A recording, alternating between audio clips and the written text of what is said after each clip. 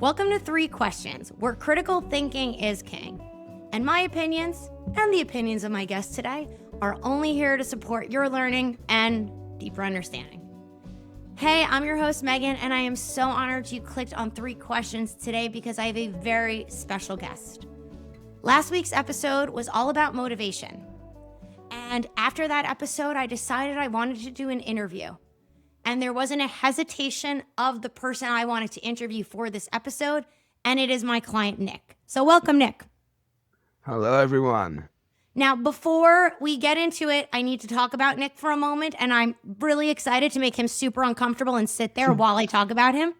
So Nick has been a client of mine for how long has it been now? It's been 8 years. Wow. And what was the clever little line you said to one of my other clients? You survived. What was it? I survived Megann's regime for this long. You survived under my regime for 8 years. But more seriously, can I be pretty honest with our community here? Of So course. when Nick and I started together, he had this long hair in front of his face. He would clump into the studio with these big shoes. He didn't have his great style yet. I have to give a shout out to his sister for that. And it was very hard to understand Nick because of his voice. Now, what I'd like to say is the least interesting thing about Nick is that he had a stroke when he was 13. It's the least interesting thing, but I have to bring that up. And over the past 8 years, Nick has become friend, family. I had the honor of watching him marry the love of his life 2 years ago, 1 year ago. Yeah, 2 years ago. Oh my God. And what I have to say about Nick is when COVID happened, things changed, I think, for a lot of us. Mariska's and my business kind of imploded. All our courses got canceled. I couldn't get into New York City and I had to pivot quick virtually. And a lot of my clients weren't interested, except one. And Nick, do you want to tell the audience how our first session went? And please be honest. It did not go well at all. It was we were trying to communicate. And you were saying something, I was saying something. We just couldn't connect. I think you're being very, what's the word? Being very nice. The hour consisted of me yelling at Nick. No, Yes. no, your other arm. No. Like me just being frustrated. And because Nick has what's called hemiparesis, which single-sided weakness and spasticity post-stroke, my thought is, how am I going to help this person move without my hands? But Nick never gave up on me, which I'm grateful because it made me a better teacher. And we laughed a lot. We still yell at each other, right? But Yes, we do. I'm so grateful for your trust in me and the work because it has helped so many people around the world, because I would have never thought to do a Zoom session before COVID. I might have thought it was impossible. And the progress you have made is probably one of the biggest motivations for me. So why I didn't hesitate is not because you had a stroke at 14. I mean, I said that's the least interesting thing about you. Why I chose you for this episode is I don't think I would have continued been so motivated to spread the word of my work if it wasn't for you. I mean, you've really... Don't you make it about me? Don't you make it about me? No, but I hope you hear that. And what I wanted to bring that up is why I said that is Nick showed me what was possible. So maybe I didn't expect to succeed on Zoom. Nick showed me what was possible. And that opened up and motivated me to make it better. So sometimes we need just one little thing to flip that switch. So, as I said, Nick, you had a stroke at 14. Yeesh. I mean, Yeah. changed a lot of things. So my question number one, Nick, and I don't want the inspirational answer. And why I'm saying that to Nick, guys, is because he's always there to talk to someone else. But I kind of want to get into it a little bit. So at 14, your whole life turns upside down. What kept you going? Well, the inspirational way to say it is you can't go backwards, you can only go forwards. Really, it was my family, my parents, my friends, they wanted me to go forward, and I couldn't let them down. And I couldn't let myself down. And as you know, I'm an extremely stubborn person. Oh, yes. And once my mind is kind of set, or I'm doing something, I don't want to fail at it. I want to do it very well. And so Can I pause you that there? kept Because me you said going. the stubborn thing. And I think that's why our relationship works so well, because we both understand we're not stubborn to a fault. I think both of you and I need to understand the why we're making the change. Wouldn't you agree?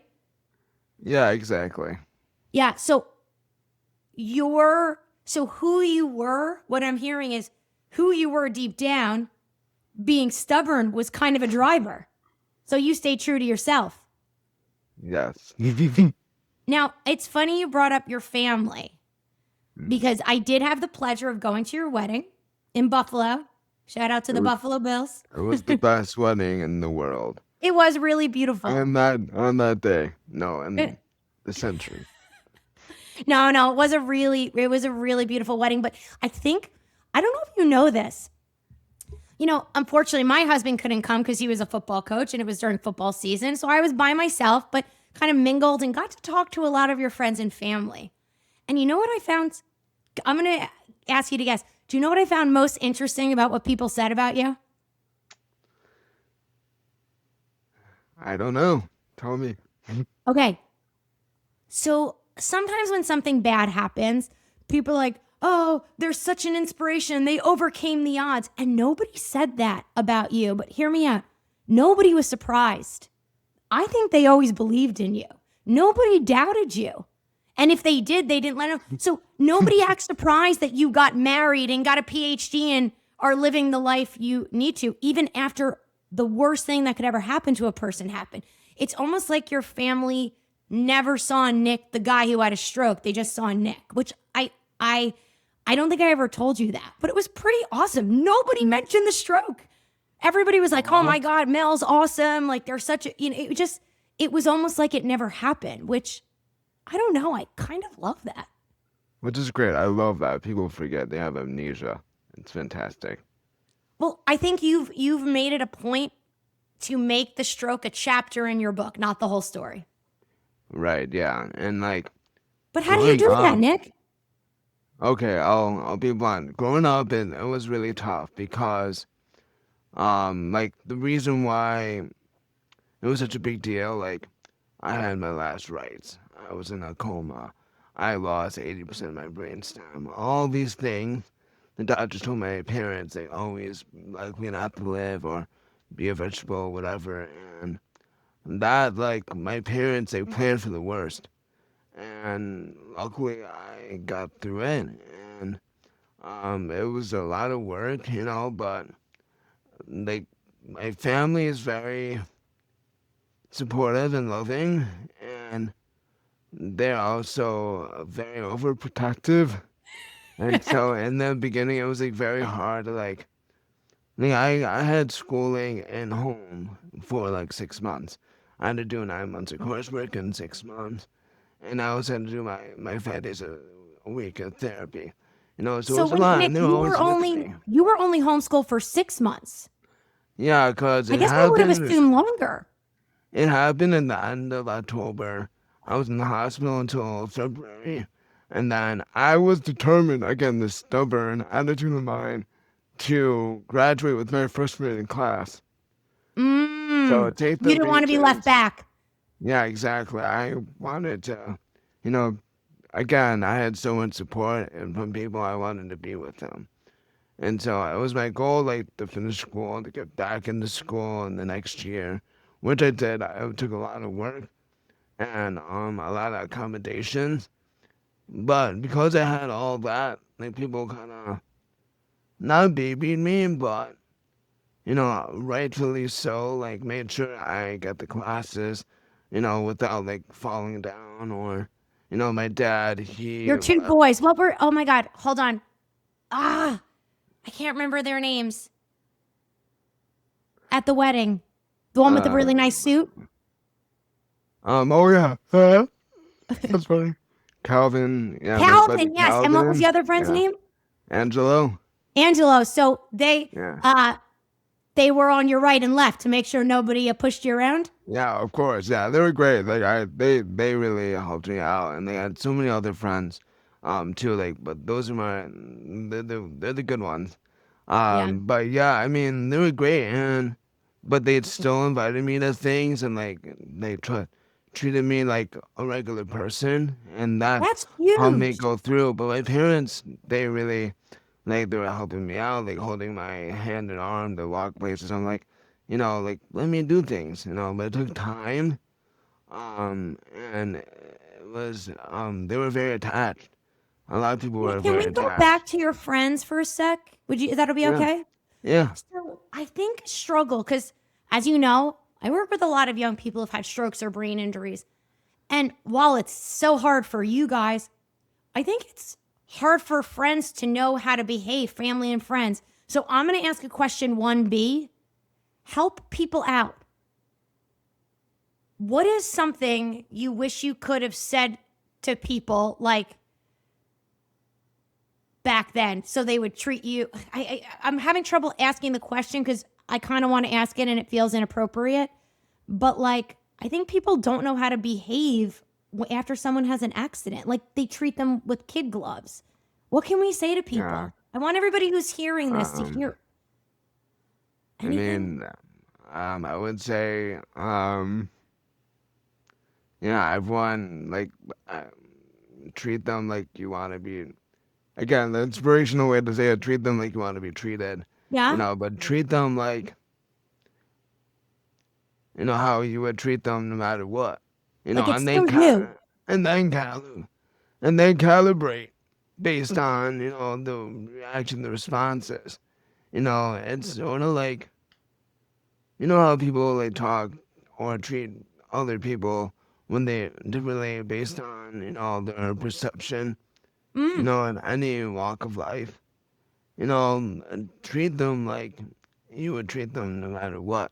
That they're like a great person, that they do really cool things, that they're, they want to help you out, that they're, worth it. I And actually liked how then you they said face time. recalibrate. That was kind of cool. I like that. Recalibrate. The And you know what I scientist in heard? me likes to, I know Nick's also a scientist. You know what's interesting, Nick? I think what I took away from that, and I'd love to hear what everybody else takes away from that, is I'm still me, but recalibrate and pay attention. yeah. And it was like my wife Melanie, she's great. Like she from day one, she treated me just like any other person, and she listened to me. And that was one of the main reasons why I was like, this girl is so special. She listens to me and she like heard me. She saw Not a you. lot of people did that. Like I have to say I went on a lot of first dates. Like I did the whole like app game, especially in New York City. And I feel like it was very difficult, because people, they see you and then they like just treat you out of the box a certain way, and it's like, no, like I'm just a person, and the physicality, what you see physically on the outside, like that's not the whole story, and And she like listened. did you have a dating consultant at this time? She was crap.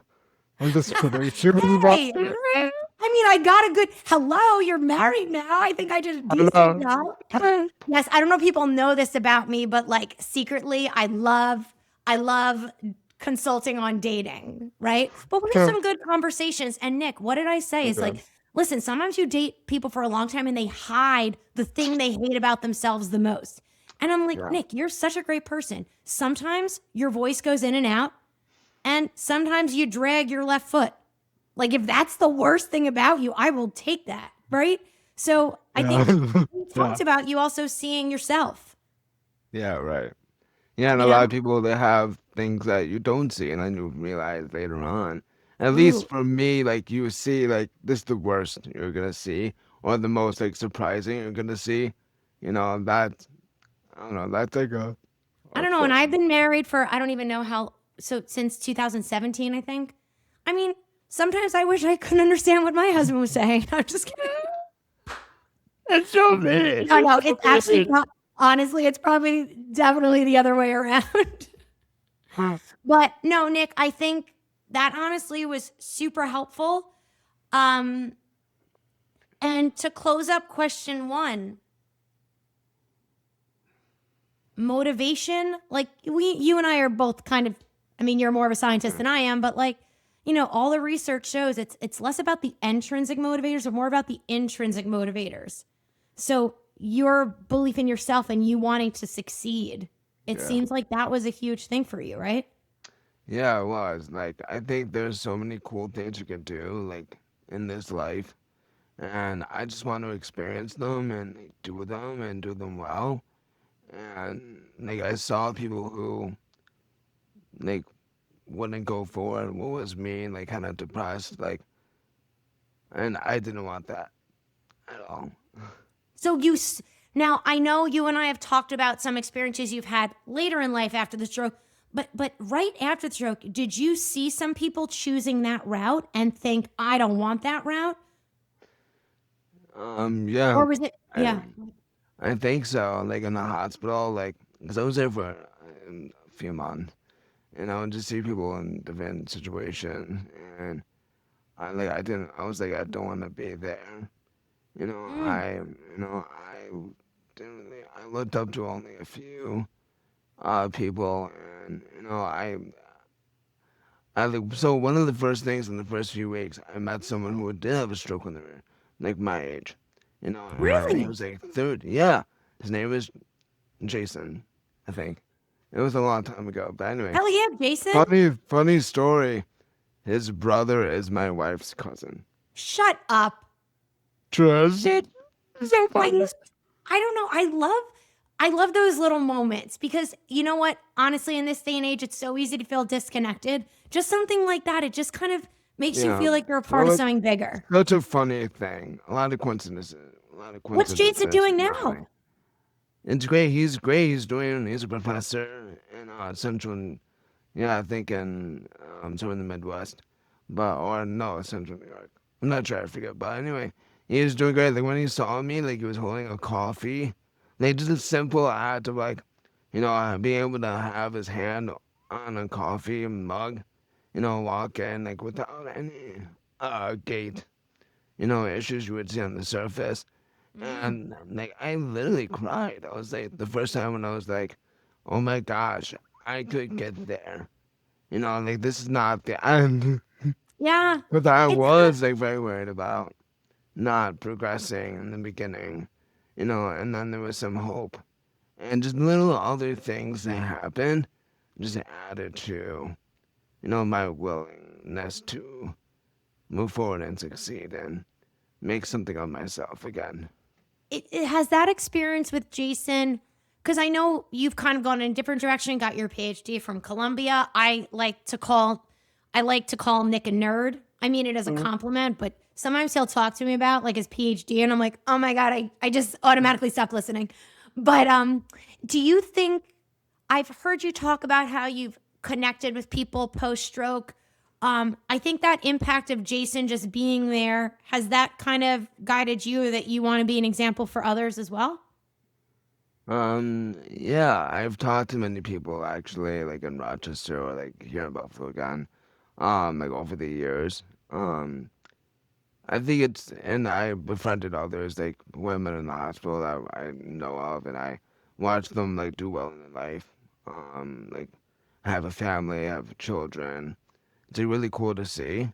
'Cause I don't know, maybe it goes back to my Catholic faith. I think people have an inherent human dignity, and it's great to see them flourish and like have that in their life.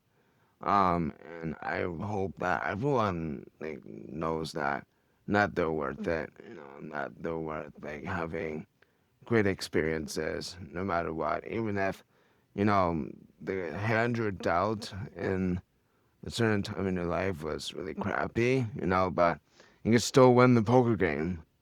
All You right, I can love still that. win. You just gotta, play your cards right and You can't win you at know. poker if you've got a face like mine. I do not have a good poker face. That's what it is there now. But more going back to that, it's something that like Tuesdays, we moved our appointment because you like to go and meet and connect with people. Now I'm kind of seeing that a little bit more. I think something I really admire about you too is your willingness to put yourself out there, meet and connect with others. So I think if you're listening and feeling a little lost in your motivation or lost in life or frustrated, it's the connections with others. Whether it's a moment with Jason, watching him hold a cup of coffee, or you getting together and hearing about somebody else's business. I guess, do you even realize you do that? Like you're always connecting with people. Such a good quality, Nick. I guess I don't, but Melanie, and she loves that about me, and it's something I don't even like think twice about. Yeah, I think you do it so naturally. Yeah, I don't know, it energizes me, Oh, say because more. What do you mean? I like when people like that. Those coffee clubs I go to. It's great because I meet people who are doing really cool stuff in the Buffalo area. Like making new products for like pregnant women, to get the nutrients that they need, Mm. or like other like solo business owner doing really cool and having a mission to connect people across the world. I just think it's really cool to meet people and seeing them kind of flourish in their life and if like paths intertwine. That's really cool. And yeah, we're social beings and we just like to socialize. That's why I loved when I get I'm a remote worker, so when I get to Hmm. travel to my work and see my team and my teammates and go to happy hour and all that, I love that. I think they're great, and I love socializing with people, and it's really great. It's so interesting though. You said something. I'm totally switching kind of question two on you, because when we're talking about motivation, something that is supported by research, but I see a lot of time is when someone else is doing something big, right? Other people, instead of getting energized like you do, it makes them feel less than. Like you and I talked about this, about how many people say to me, "Oh, I was going to get a doctorate." And I'm like, okay, which is great. But it's like me doing something kind of is making them feel less about themselves. And what I'm hearing is like, you're the opposite. You get excited when you hear about people doing things. And I feel like I do too, but I'm not as good at it as you. So give us some insight. How can we be better at letting other people's gifts and excitement energize us rather than make us feel less than? So I will say I didn't going the PhD route was kind of circuitous for me. I was still finding my niche, what I wanted. I knew I couldn't be a doctor early on, and I wanted to be, but I just like practically I couldn't really flourish that well. Then I was like, okay, I like science, and I want to learn more about the human body, like I learned about myself. And so I went into college, and I was like, okay, maybe I'll look into research. I went through a lot of different people. I was able to intern. I found out I'm not good at doing like wet lab work, like experimental work. I Well, hold love on. It's not using, that you're not good at it. You didn't enjoy it. yeah, I didn't enjoy it. I I got to wasn't good defend you. either. Hold on. I Continue. wasn't good either. I couldn't transform my bacteria. Sorry. But Oh, yeah, so and you then were not good with bacteria, is what I'm hearing. I did You got up my your bacteria game. sure. And then I found out that I could study biology through other means, through computational means. And so then I went to Pittsburgh and did an experience there, and then I came back to University of Rochester where I was at, and made some software, and learned about like computer science and chemical engineering and other like high level math, and it was like really fun. I wasn't great at it. I had a lot of my peers who were better than me, but I enjoyed the learning process. Hmm. And then when I graduated, I went to the NIH to do more cancer bioinformatics, and that's where I found out, I Say that love again. the So it was science. cancer. What? Cancer. Bioinformatics. Cancer. Bioinformatics. That's a big word. Sorry. Mama needed that 3 times. Not because I couldn't understand you, just to be clear.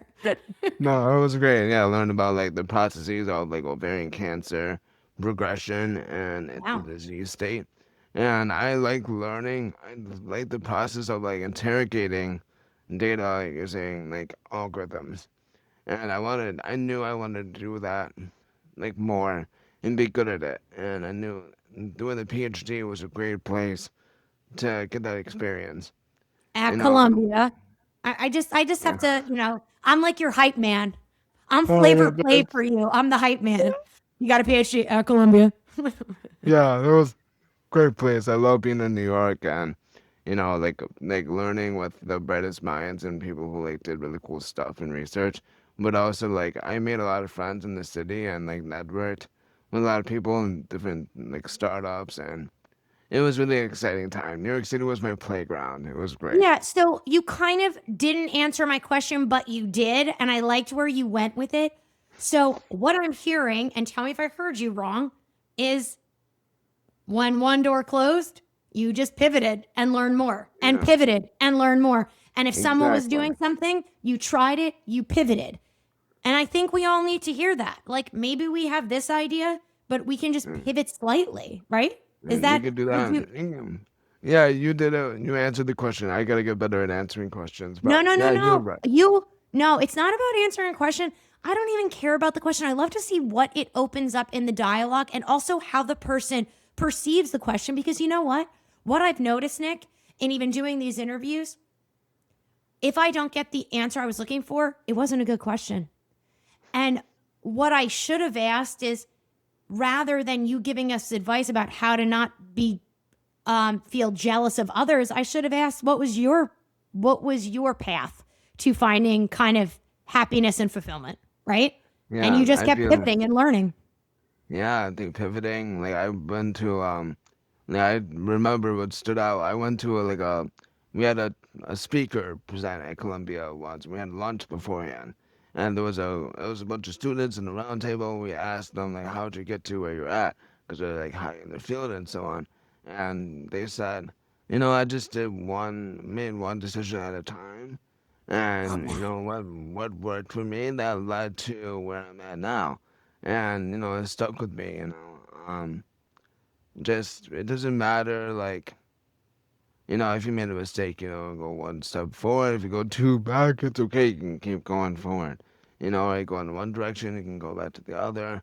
But that walk through your life, that's gonna lead to where you're supposed to end up.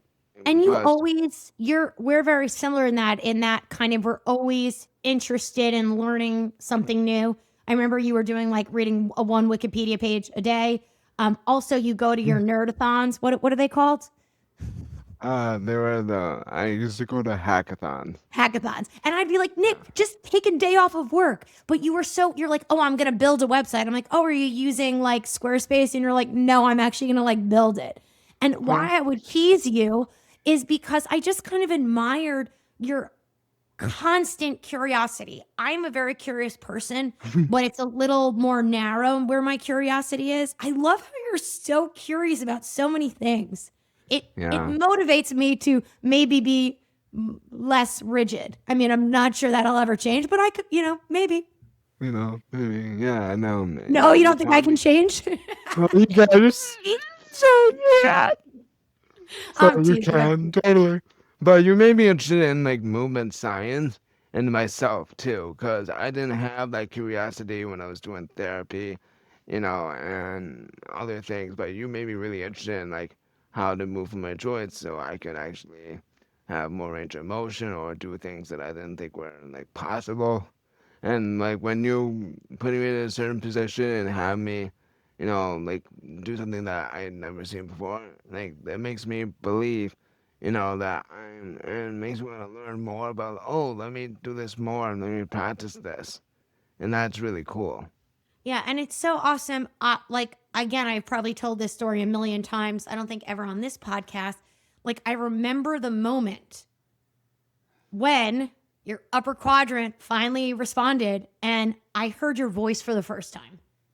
And I remember a student observing this young man in New York started crying. And I was like, keep it together because I wanted to cry too. I mean, you make me cry all the time because Oh, it's almost like, holy shit. here you're doing all this therapy, but just one little shift when we individualize it based off your brain. And you made me kind of even push harder because, listen, a lot of the stuff I teach, people are like, oh no, this is good enough. And I'm like, no, we don't set limiting beliefs for people. Yeah. Don't say it's not possible while I'm working. Yeah. And even being able to do this interview, like, shit, Nick, like, I feel like your voice and you practicing the work has come so far. I remember when we were practicing strategies for reflexive stability in your upper quadrant so you could defend your Yeah. dissertation. And oh my God, when you Yes. when you gave the best man speech, Aw. when you gave the best man speech at your brother's wedding, you made me proud to do what I do. Aw. Shut Well, up. thank you. And I really, and No, it's fine. I am crying because of the joy that all this work and being able to work with you has brought me and so many other people. So I'm not sad. I'm just so happy and proud. And watching you do that was pretty. I remember I was at Mariska's. Remember I was doing that. We did a Zoom and I come upstairs. She's like, why are you crying? And I'm like, watch this. And she's like, oh my God. So Wow. it's pretty awesome. So I'm going to get myself together and ask you the third question. Okay. So you have created this big, beautiful life for yourself. You have a wonderful, gorgeous wife who I love because she calls you out on your shit. Yes. You have a PhD. You have a job you really enjoy. Most days. No, you really enjoy your job. No, I do. I love it. You recently just bought your first house. Yes. Some other things might be happening, which is nobody else's business. Maybe. But, dude, in this effort, you have created this big, beautiful life. So what is next for Nick? You tell me. No, I don't know. And that's okay because I trusted myself to figure that out. And I always, again, recalibrate myself once in a while and, try to do a cool thing, as I have the energy to do. And, we'll see what kind of things bring. And that's That okay if I might don't be know. my favorite answer I've ever received to that question because it was honest, no bullshit, and I think something we can all take. You're actually enjoying that big, beautiful life rather than focusing on the next thing. Yeah. That I think I'm going to let land for myself and everybody listening. Sometimes when we achieve something, we're always looking for the next thing. You gotta enjoy the Maybe. process. I love it. And before I let you go, I said I didn't want to make this an inspirational speech, but any last words for somebody who is going through a hard time? Maybe had a stroke. Maybe their best friend or mother or spouse had a stroke. Any advice for them? I would say two things. One, people are doing what they do because they love you, not because they're trying to hold you back intentionally. So understand where they're coming from and work with them. And then two, I still remember what my high school teacher said to me way back when. Why would you get up in the morning every day and just do easy things all day long when you're capable of so much more? And that shit has stuck with me. That's why I wake up at 5:30 every day to see how much I can squeeze out. Squeeze every little bit of juice out of the day. What was that teacher's name, if you don't mind me asking? Matthew. He was at the wedding. He was at our table. Oh my God. What was his last name? Heather. Oh my God. He was amazing. And was he a history or was he a science teacher? Chemistry. Oh The my best God. subject.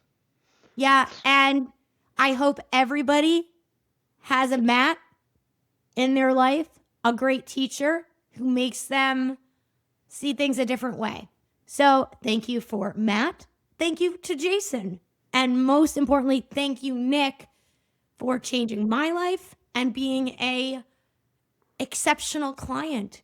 Because you keep doing the work. He sends me text messages. Hey, Meg, is this better?